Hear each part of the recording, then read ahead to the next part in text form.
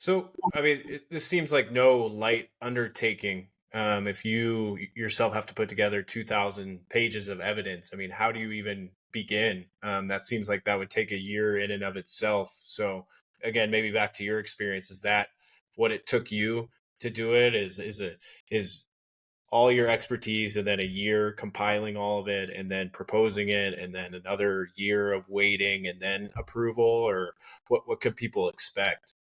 Okay.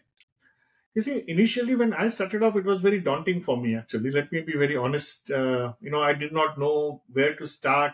I mean, what is USCIS looking for? But it took me almost 2 years to kind of study everything about the whole concept of EB1A green card.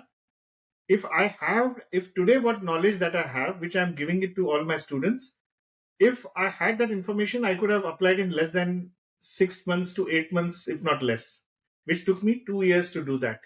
So that really kind of helped me a lot in very practical sense. Now, what I did was I kind of studied everything. When I say I had to make it a 2 year of study, the basic understanding was how to define my expertise, which my many of my students are doing this in 1 month to 45 days. It took me 6 months to define that. How to define my expertise, the core expertise that will benefit and resonate with the USA. The second was in terms of understanding the whole jurisprudence, as we call it, EB1A jurisprudence, what USCIS is looking for. It is not just, you can't be, for example, the best Excel user in the world. Even if Bill Gates were to give you a letter, that is not going to be sufficient because that is no expertise. This is only a skill, actually. So you need to be at a knowledge spectrum. You cannot be at a skill spectrum. Fundamentally, I mean, that's the idea behind it. Now, once you are at a knowledge spectrum, then okay, what is the impact that you are creating in the world, and that US government should look for. So that is called EB1A jurisprudence. In terms of why, in terms of the US constitution, the concept of US, this whole EB1A was created. It's not about you trying to fit into the criterias or trying to fit yourself for this EB1A green card. It's about you having created a successful and persuasive story about yourself that can could be an inspiration for millions to follow, and that for which the US will benefit. And if you look at the legislation behind the whole EB1A when it was introduced, I mean, the idea was that US wants to be or at the forefront of all technology innovations and be at the best in the world in every field of expertise. That's the whole philosophy, and anybody who is good at that would be welcomed by the US. So are you in that league for which that would help the nation to become the best in that particular field or not, is the question that you have to first ask yourself. It's not just about being the best what you perceive it to be. I mean, if you had to create a narrative, or to put it in a very simple terms, if you had to create a narrative about yourself on a one single page, let's say A4 size paper, if you're writing, scribbling down, I always tell my students to do this exercise for yourself as a coach. Okay, how would the world look like without you? If you can put it a very persuasive story about it, and let's take a case of a truly an extraordinary person.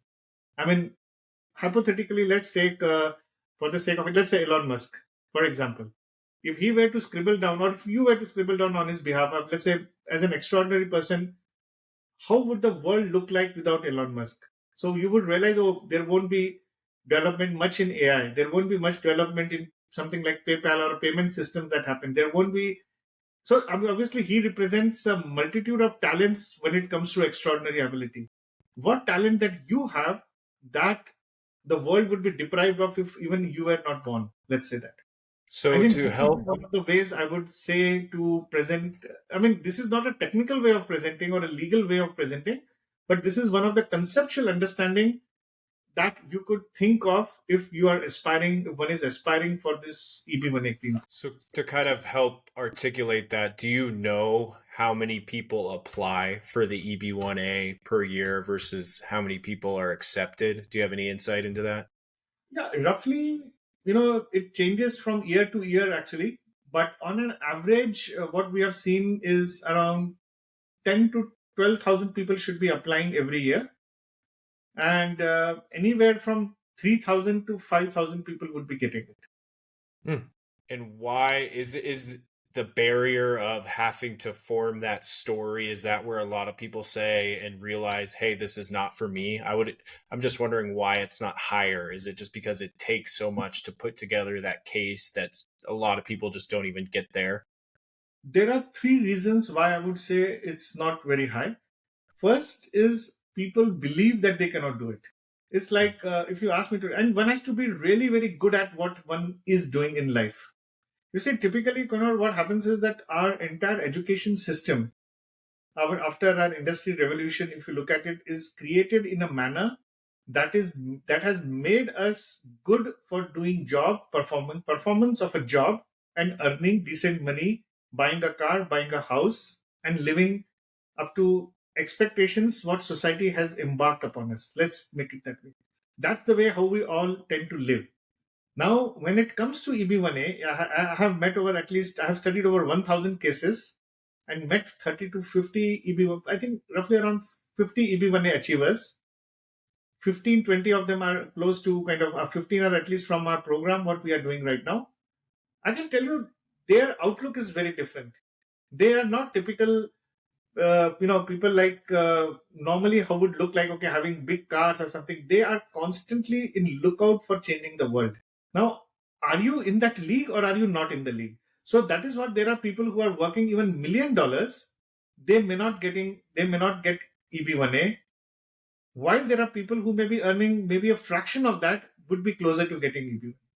It's just that your mindset have to shift contrary to what our education system has made us believe. And that's the reason that shift in mindset evolves us to become the best version of ourselves and apply for EB1A green card. Does that make sense?